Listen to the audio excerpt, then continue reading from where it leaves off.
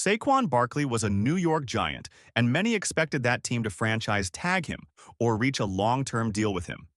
Even if he became a free agent, Eagles GM Howie Roseman's track record made it clear that he did not want to pay running backs. Fresh off a horrible collapse that saw the Eagles push to defend their NFC championship totally fall apart, the vibes in Philadelphia were bad, and many were calling for head coach Nick Sirianni's head. A lot can happen in a year.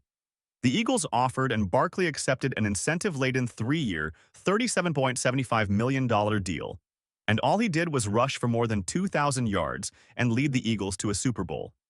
He also captured the hearts and minds of millions of fans in the process. Barkley is the most important, most beloved, and most fitting superstar athlete in the Philly area right now, and it's not even close. Here's a look at how he did it. On the field. It's not just the stats, it's the way Barkley racked them up.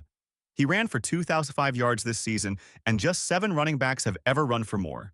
He had 7 60-plus yard touchdown runs, including in the playoffs. When he's about to score, the roar in Lincoln Financial Field is discernible from other cheers in the city. The tailback has the perfect combination of power and speed, patience and dexterity.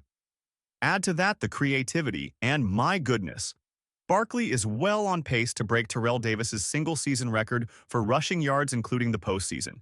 He needs just 30 more yards.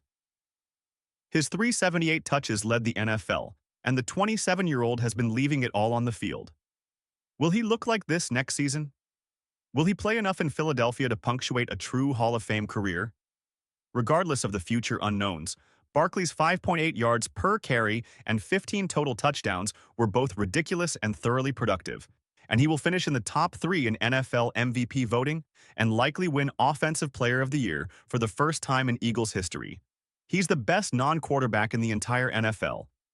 In Philly, it helps if there is a story about how you got your special powers. Barkley went to high school near Allentown and was a breakout player at Penn State, launching him onto the Giants' radar where he was the 2nd overall pick in the 2018 draft. The Giants, who have been mired in mediocrity and haven't had a real reliable quarterback since Eli Manning retired, decided Barkley was the better use of a draft pick that saw Josh Allen, Sam Darnold, and Lamar Jackson taken after him.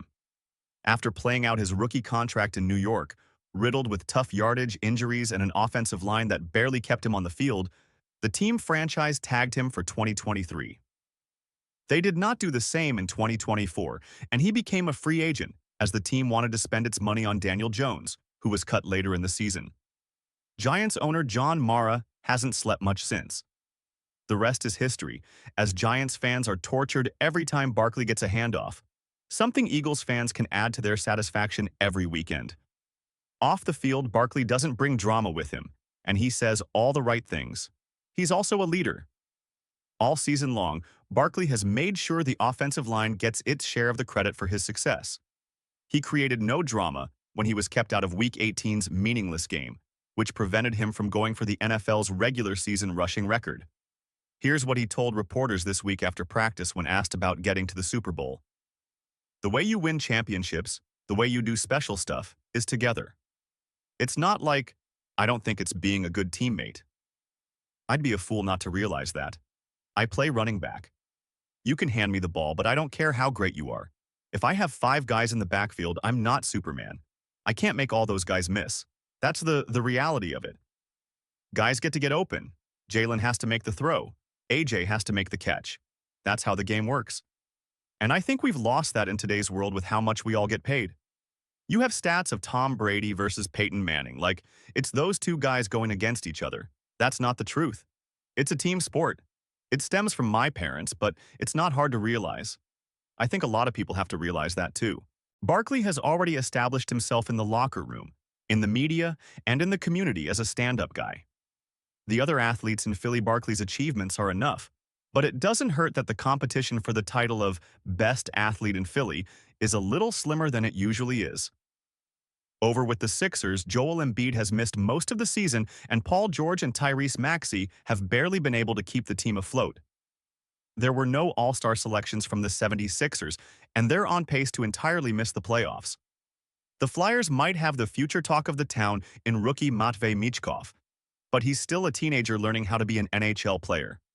The Phillies boast a ton of superstars to choose from, and Bryce Harper is likely the player to give Barkley the biggest run for his money as far as superstar hierarchies go. He chose to come here when the team was really bad, has an MVP and NLCS MVP, and has helped recruit players to join him.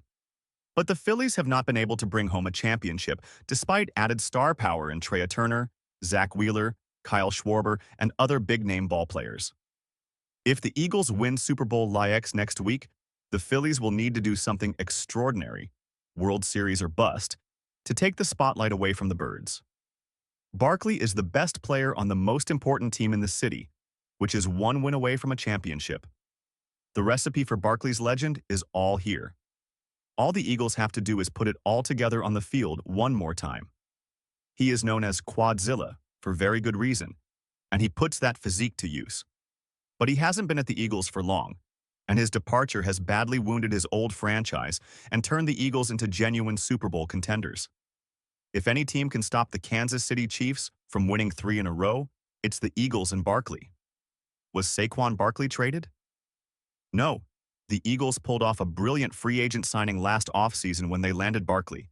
It was an extremely controversial move as he swapped the New York Giants for the Eagles. The Eagles and Giants are bitter rivals given their proximity. While it has turned into a shambolic series of events for Barkley's former team, the Giants elected to keep quarterback Daniel Jones rather than extend Barkley's contract despite the 27-year-old being there for 5 years. But Jones isn't even still in New York after a shocking period of games saw him dropped before he asked to leave in late 2024. He now plays for the Minnesota Vikings, so the Giants sacrificed Barkley for someone they no longer have on the roster. He now plays for the Minnesota Vikings, so the Giants sacrificed Barkley for someone they no longer have on the roster. Of course, the Eagles swooped in and signed Barkley to a contract. The running back even criticized the Giants for the way they negotiated with him. Speaking to the NFL's official website after joining the Eagles, he said, "I was a little fed up, to be honest. It felt like the only way the Giants wanted me was if I was able to go show my worth to someone. Like I had to go prove that a team would want to pay me, so then maybe they would want to pay me. I kind of felt like it was a little disrespectful, to be honest, because it's kind of like a slap in the face." It was over after that phone call. What is Barkley's contract situation? Barkley has a 3-year contract with the Eagles. His deal is set to expire in 2027, and it is worth $37.75 million. This includes a signing bonus of 11.6 and a guaranteed 26 hours. Incredibly, this makes him just the 11th highest paid player currently representing the Eagles. However, there are plenty of bonuses and incentives available to the running back. The Philadelphia Eagles are just 1 week away from attempting to win their second Super Bowl title in team history. He knew all along. He's always visualized this kind of season. No matter how bad things got with the Giants, he believed it would happen. He knew it would happen. More than 2,000 rushing yards. A historic postseason run. Every imaginable individual award. A Super Bowl appearance. Saquon Barkley knew all along. "I didn't think it was possible," Barkley said after practice Thursday. "I kind of knew." Which is incredible because as productive as Barkley was at times with the Giants, nobody in NFL history has ever done what he's done this year. Just 30 yards shy of the most combined regular season and postseason yards in a season.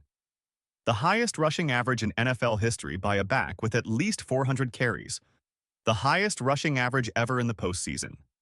And more than twice as many 60-yard touchdowns as anybody else has ever had in a season.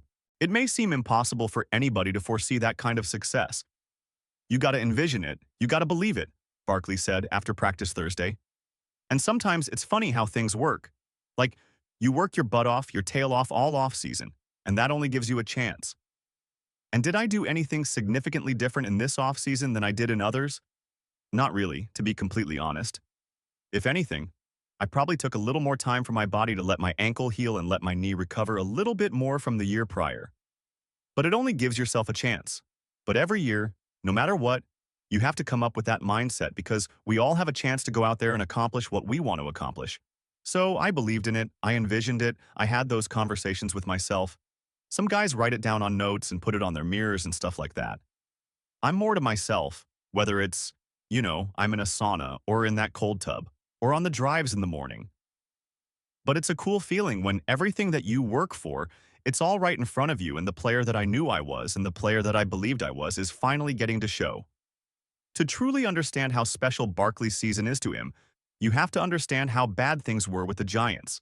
6 seasons, 37 wins.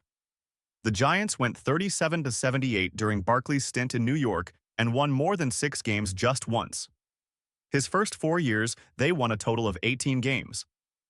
The Eagles have won 17 this year. He never played with a Pro Bowl quarterback, wide receiver, or offensive lineman as a Giant. During his 6 seasons in New York, the Giants were 11-43 against winning teams.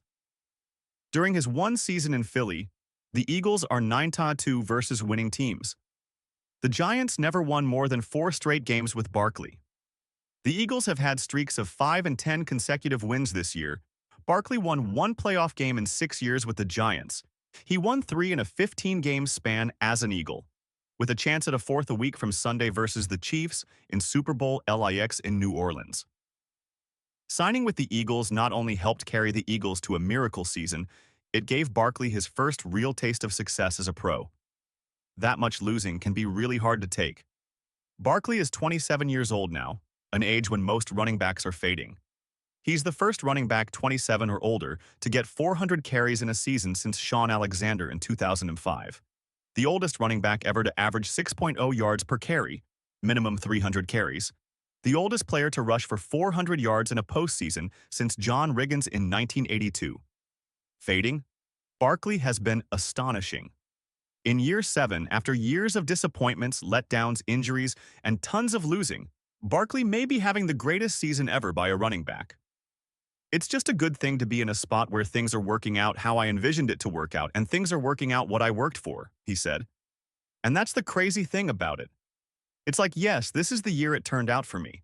It took me 7 years. To see all the things that I want to accomplish actually coming alive, there's definitely a reason why there's a smile on my face. Philadelphia has been dominant throughout the season. While this is the case, there has been plenty of chatter about the franchise and specifically quarterback Jalen Hurts. Even with all of the wins, Hurts still can't seem to fully catch a break and get the credit that he deserves. Former National Football League superstar and most valuable player Cam Newton discussed Hurts and the Eagles on ESPN's First Take and essentially said the path was easier for Hurts and the Eagles wouldn't have the same success in the AFC. I've been all types of different name-calling because of my game-changing game manager viewpoint, Newton said. All of the game changers are in the AFC. If you put the Philadelphia Eagles or Jalen Hurts in the AFC, would he have been able to have gotten to the Super Bowl as many times? When you see Josh Allen versus Lamar Jackson, that's must-see TV. When you see Patrick Mahomes versus Josh Allen or Lamar Jackson or even Joe Burrow, that's must-see TV, right? What's must-see TV in the NFC? The sentiment isn't bad. The AFC does have a gauntlet of quarterbacks. But while that is the case, there's no reason to put down Hurts and the Eagles to lift the others up. Over the last few years since Hurts took over as the team's starter, he is 4-2-1 in games against Patrick Mahomes, Josh Allen, Lamar Jackson, and Joe Burrow.